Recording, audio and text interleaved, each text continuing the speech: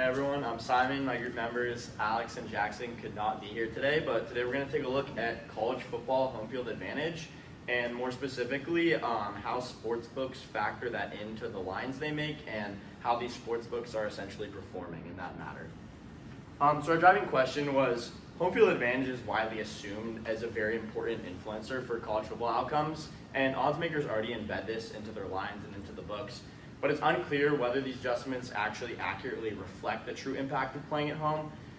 So we wanted to examine whether there's essentially like a measurable relationship between home field advantage and a team's performance against the spread. So by analyzing a bunch of game results, we want to determine whether sports books are either accurately pricing this, underpricing this, or overpricing it. So in terms of gathering data and some methods, we pulled from an API from collegefootballdata.com and used Python to sort of structure it into a data frame using a library called pandas. And we essentially grabbed results from around 9,000 games since 2013. As you can see here, here's what that looks like. So sort of just looking at the margin of victory and looking at what the spread of the game for that is. So briefly looking at just some margin of error and market efficiency over time for how the books have been performing. So over here we have an average absolute value of the margin of error for the lines being set, and as you can see, since 2013, Vegas has been getting the lines pretty accurate for within a touchdown every single year. And interestingly enough, across these 9,000 games since 2013, Vegas has actually correctly predicted the spread within 0.5 points in 7.4% of games, which is actually ridiculous accuracy. Vegas's worst performance was UNLV beating Idaho State 80 to 8, so a margin of 72, and the spread was 13, so an error of 58. So taking a look initially at some data, at some winners and losers, some notable names on here. Specifically on the losing side, we have some Big Ten teams like Purdue, Nebraska, Northwestern, consistently underperforming against the spread at home.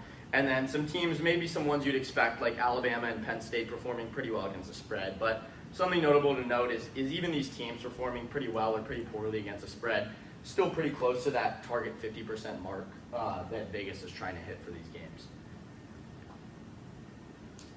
So sort of looking at the against the spread win rate at home over time for just cumulatively for a bunch of teams.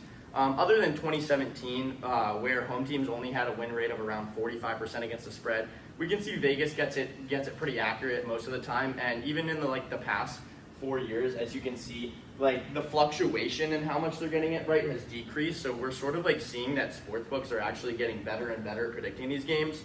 And so even though the margin is pretty good in terms of close to 50, we can see that actually home teams are consistently not performing against the spread. So even though it's only by 2 to 3 percentage points on average, that's still something to note. So we also did a bit of an SEC case study. So in general, Vegas seems to be pretty accurate. The SEC was the most notable of the conferences we looked at.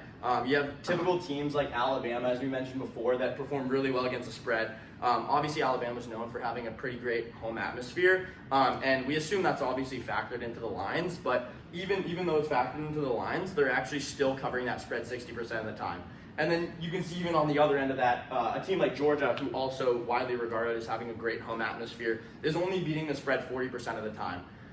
So even teams with very good stadiums and this is getting factored into the betting lines, you never really know what to expect in terms of covering the spread. And so then we sort of try to break it down into a potential bias of either favorites or underdogs. And so overall we saw a better performance, but only slightly, by underdogs against favorites against the spread. Besides an outlier year right here of 2015, where underdogs only covered the spread 40% of the time at home. But even there, comparing underdogs and favorites, we can see it's sort of still consistently below that 50% mark, again showing us that really these away teams are performing better against the spread, even if it's only at a smaller margin. So yeah, we then wanted to sort of look at is there a correlation between spread size, stadium capacity, and either travel distance to whether a home team is covering the spread. So I'm gonna go over this briefly. It's not the prettiest graph here. As you can see, it's pretty symmetrical. So this is like sort of like the spread and like the percentage of the time teams cover the spread. As you can see, kind of between this -15 and 15 values, there's a lot of oscillation around that 50% mark, and we can assume that most games are sort of in that range. And then when you get to more like outside numbers, such as in the 40s or 30s on each side, you can see some interesting numbers. Just fun fact, the highest cover rate was actually 79% of teams covered at plus 28.5, smallest cover rate being 17% at -48. So we can see like there's a lot more variation as we go outside that typical range of spreads in like that -15 to 15 range, but typically, again, as we can see, Vegas is getting it right. And then sort of looking at margin of error versus travel distance. So essentially here we have like the distance traveled per team marked against the margin of error of the game score versus the spread. And in doing so, we used a function to convert longitude and latitude of both stadiums into like a mile distance. And again, as we can see, like the slope here, you'll see the linear regression up there is pretty much 0. So Vegas factors this into their lines clearly, and they're doing it very well. Something interesting we were thinking about looking at but didn't have time was maybe looking at the difference in weather. Like say USC was playing a team like Michigan where it's like -10 degrees out and it was 70 when they were practicing all week. That could be something interesting to look at how that's affecting game results. And then also, again, looking at margin of error versus stadium capacity, again, Vegas is clearly factoring this in. We have stadium capacity, teams on the higher end like Michigan, Alabama with higher capacity stadiums, and then like USC around here. And again, it's around like a slope of 0, margin of error being plotted here. So again, Vegas is already factoring this in, and they're doing a very good job of it. So pretty much key takeaway, like Vegas gets it right. Vegas has demonstrated a very strong ability to predict these spreads accurately, consistently like factoring in all of these random factors that like you wouldn't even think of on like a day-to-day basis. So we didn't really find like necessarily like a very meaningful relationship, but we did see like a tendency for away teams to lean towards covering the spread even at a small margin. So I guess if we're looking at like a hypothesis, we could say leaning towards away teams. But again, this is not betting advice. This is just statistics, and also something to consider when betting is the fact that Vegas is adding fluff to their lines. So even if away teams are covering 53% of the time, if you're getting -115, -125 odds, you're not really going to be making that much money off something like this.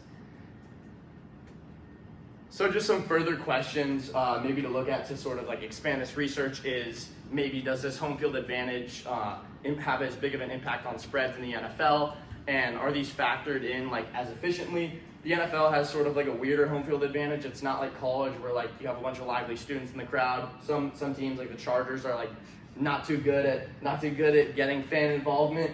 And teams more like Steelers, Packers that are more known or have louder atmospheres. Something even interesting to think about is like a team like the Chargers who's in like a big city. If they're playing a more notable team like the Packers or Steelers, a lot of times there'll actually be more fans of the opposing team. So in that case, home field advantage isn't even really playing a factor in the game.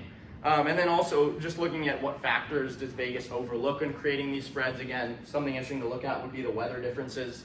And then last, just like, is profitable sports betting getting harder and harder? As we could see by the cumulative margin of error over time, they're just getting more and more accurate as the years go on. And I think that's just sort of because like so much more data is becoming readily available.